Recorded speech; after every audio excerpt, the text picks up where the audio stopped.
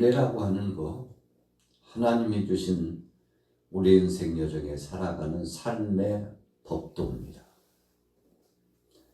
증거라고 하는 거, 하나님께서 이 땅에 우리가 살아가면서 약속의 표준적인 의미의 말씀을 허락하여 주신 겁니다.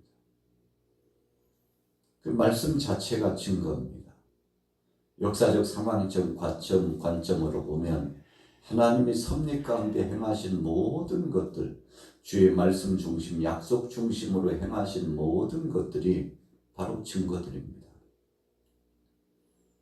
주의 법도가 있죠. 우리가 살아가는 삶의 철칙입니다. 길을 안내하는 가이드입니다. 어떻게 해야 되지? 어떻게 살아가야지? 무엇을 해야지? 도대체 왜 사는 거야? 내가 이렇게 살아도 되나? 삶의 의미가 뭘까? 이런 것에 대한 대답이 하나님 말씀 가운데 있습니다. 우리는 일상을 살아가면서 삶에 대한 답을 어떤 때는 현인을 찾아갑니다. 현명하고 지혜롭다고 하고 좀 아주 비상하다고 하고 신기하다고 하고 어떻게 저렇게 할 수 있을까 하고, 그래서 마치 점을 치듯이 미래를 이야기하고 사람들에 대한 이런저런 것들을 판단해주고 결정해주는 그런 사람들을 찾아갑니다. 그러나 거기에서 답을 얻는 사람은 없습니다.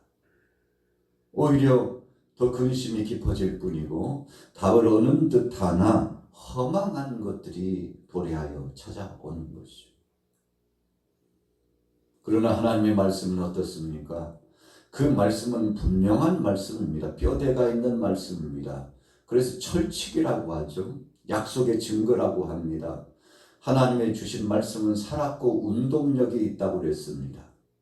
운동력이 있다는 것은 역동적인 힘이 있다는 거죠. 파워가 있다는 겁니다. 우리가 몸에서 기운이 빠지면 몸이 불균형적이집니다. 자꾸만 몸이 한쪽으로 치우치거나 또 허리가 굽고 자꾸만 이렇게 몸을 구부려 숙이게 되고, 그래서 내가 건강한지 않는지 보면 자세를 보면 알죠. 또 걸음걸이를 보면 안다고 그러잖아요. 또 한 가지는 식사하는 모습을 보면 건강한지 건강하지 않는지를 안다고 그러지 않습니까? 하나를 더 들면 목소리에서, 노랫소리에서 그 건강의 지금 그 수준이 어느 정도인지를 체크할 수 있다고 그러죠.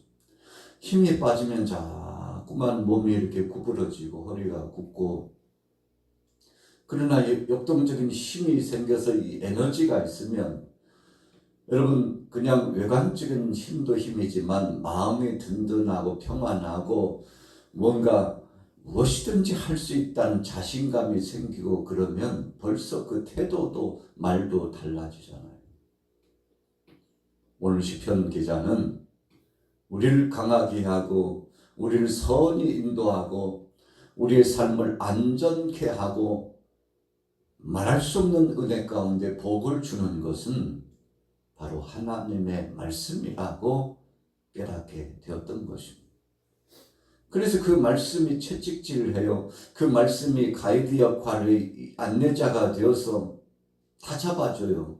좌충우돌하지 않고 흔들리지 않도록 곧게 올곧게 하나님만 바라보고 가고 하나님이 주신 섭리의 관점과 목적만 바라보고 살아갈 수 있도록 다 잡아줍니다. 그래서 우리는 세상에서 가장 복된 사람을 바로 하나님 말씀을 가까이 하는 사람이라고 할 수 있습니다. 여러분, 우리가 일상을 살아가면서 말씀을 정말 가까이 하고 있나요? 주의 말씀을 묵상하고 늘 되새기고 있나요? 그렇지 않고 세상 것에 더 깊은 관심이 많고 매스미디어에 눈이 팔리고 생각이 팔리고 마음이 빼앗기고, 그래서 삶의 목적 자체가 흐릿흐릿해 가지고 내가 왜 지금 사는지 내 인생의 목적이 무엇인지도 모르고 그냥 될 대로 되라 하고 그렇게 살아가고 세상의 육신의 정욕과 안목의 정욕과 이 세상 자랑에 빠져서 계속 골똘히 그것에 골몰이하고 그러다 보면 얼굴색도 달라집니다. 인상이 달라져요. 늘 하는 말이 달라져요. 여러분, 그래서 사람들이 모여서 서로 하는 이 대화의 장 속에 이 대화의 내용을 보면 그 사람들의 수준을 알고 그 사람들의 사상을 알고 그 사람들이 삶의 목적과 표준을 어디에 두는지 대번에 알 수 있는 거죠. 그래서 늘 대화하는 그 대화가 무엇인지.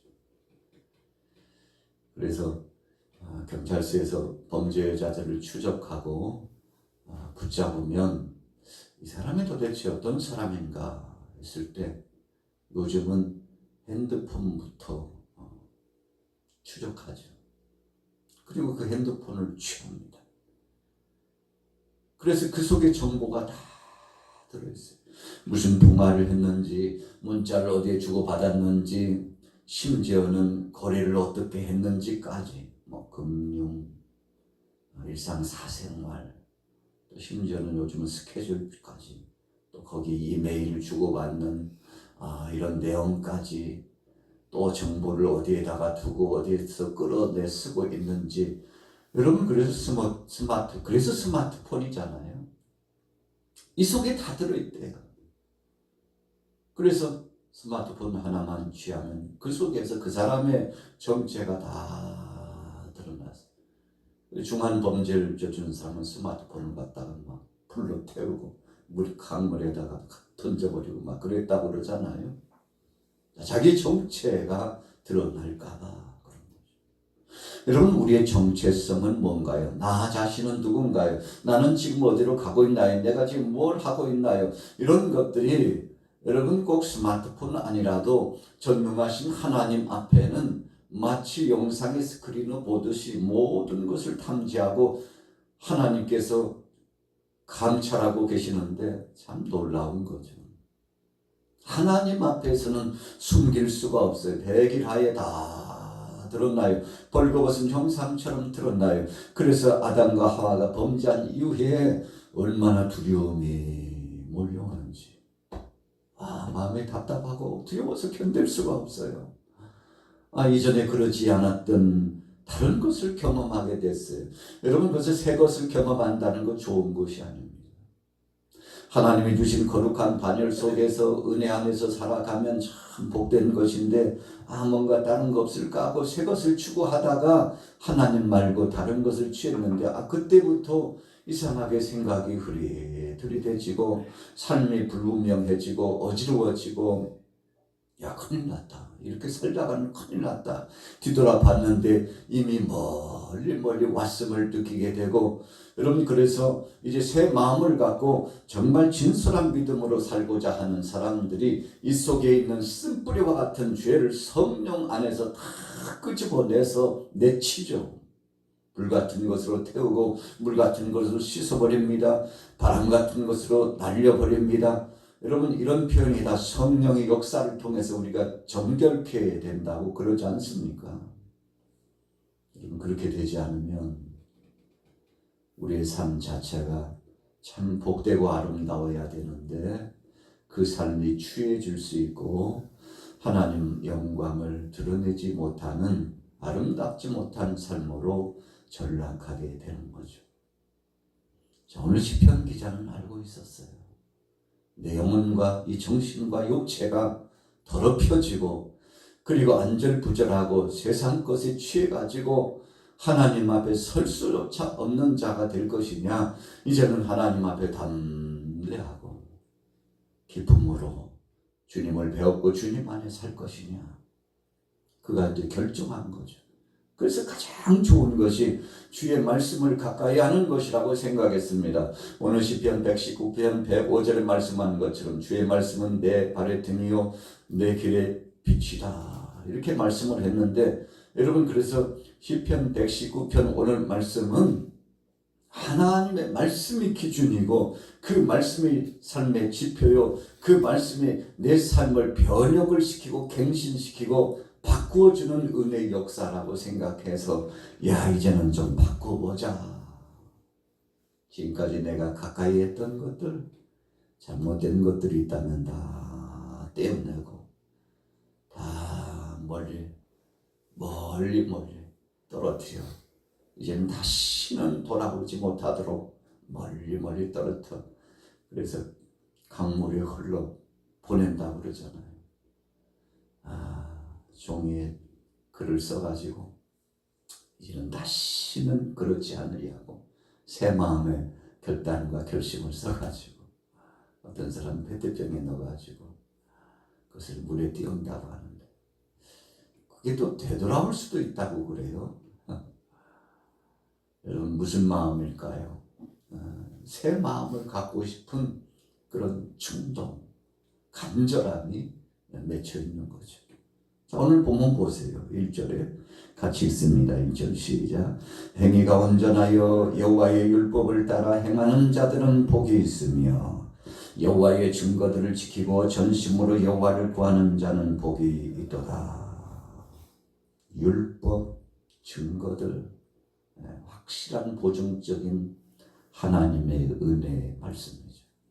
여러분 이것만큼 완전한 것은 없습니다.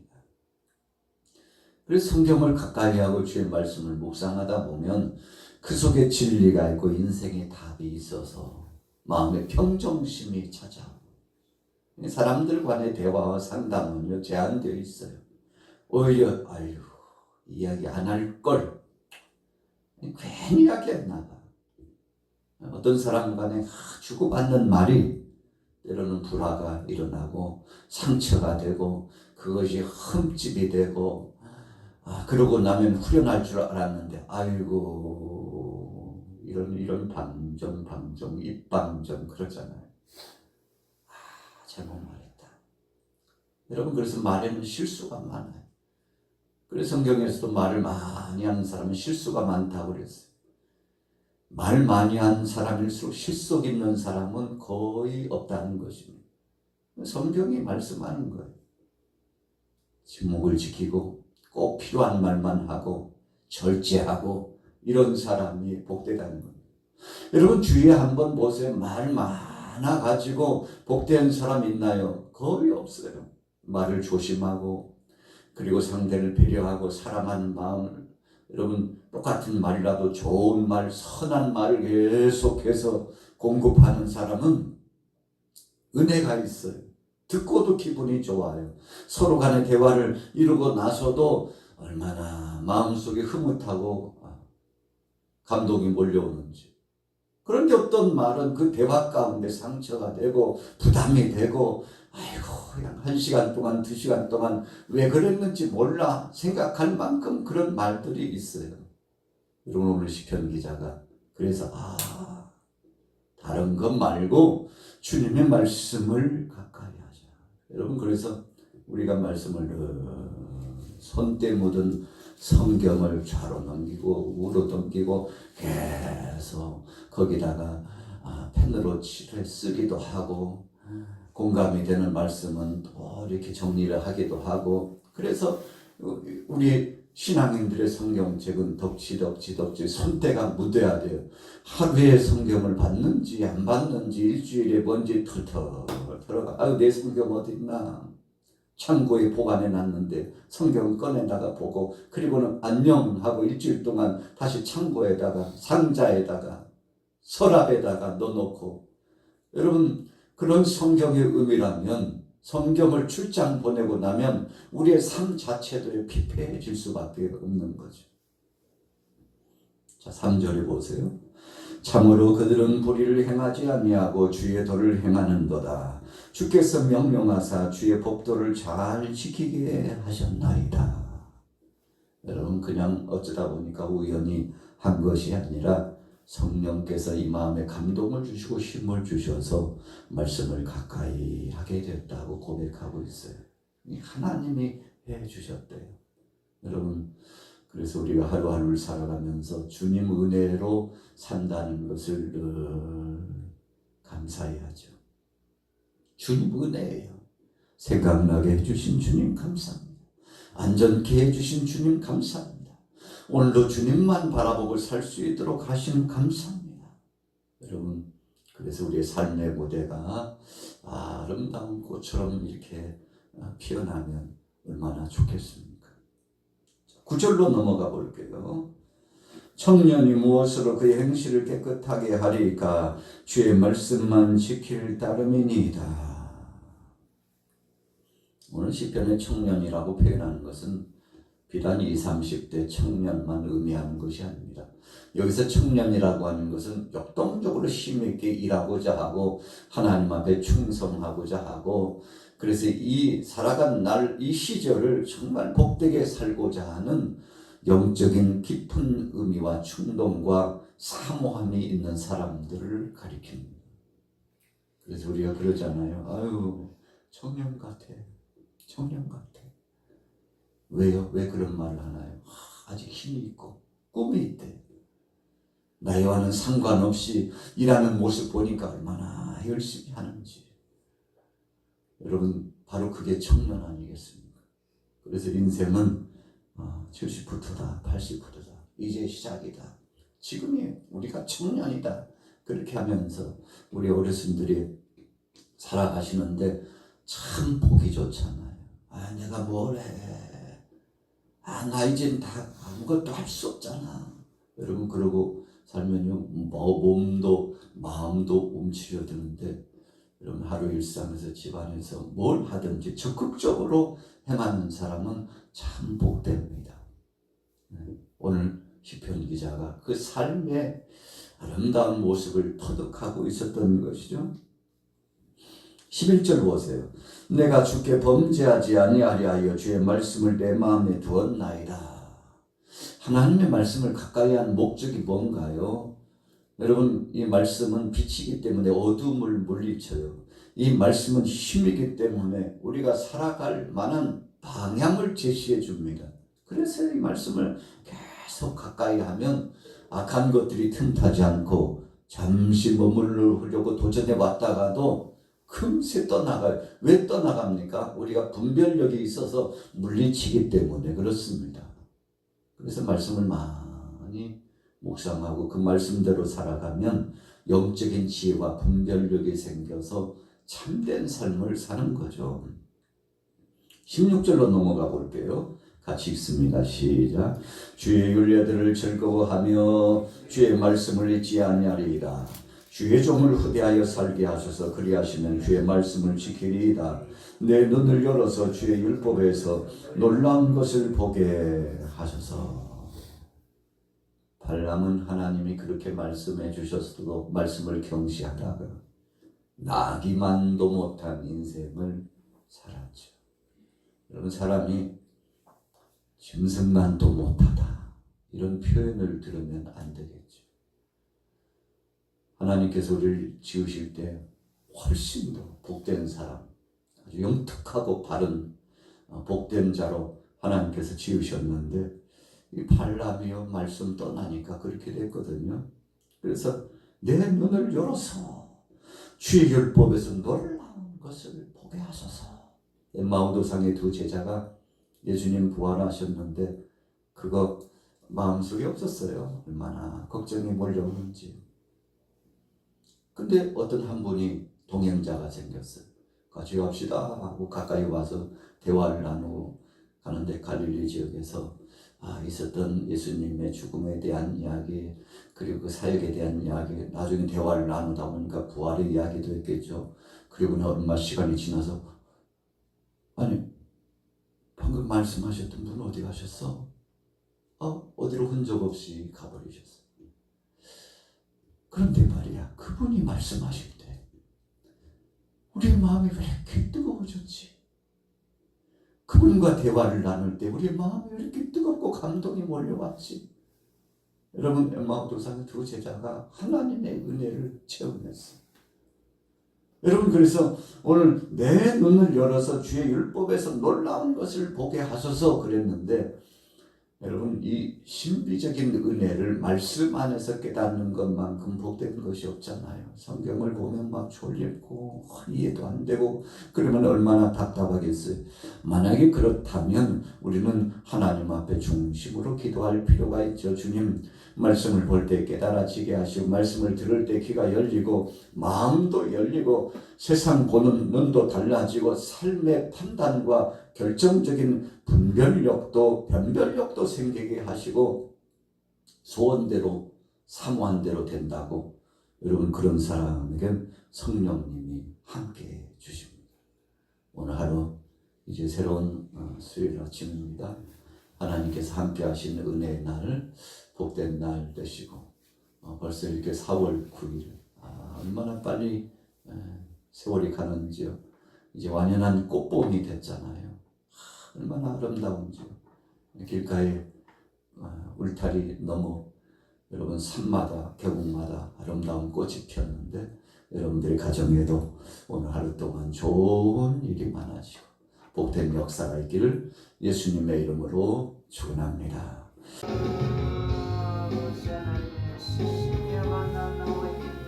Hallelujah.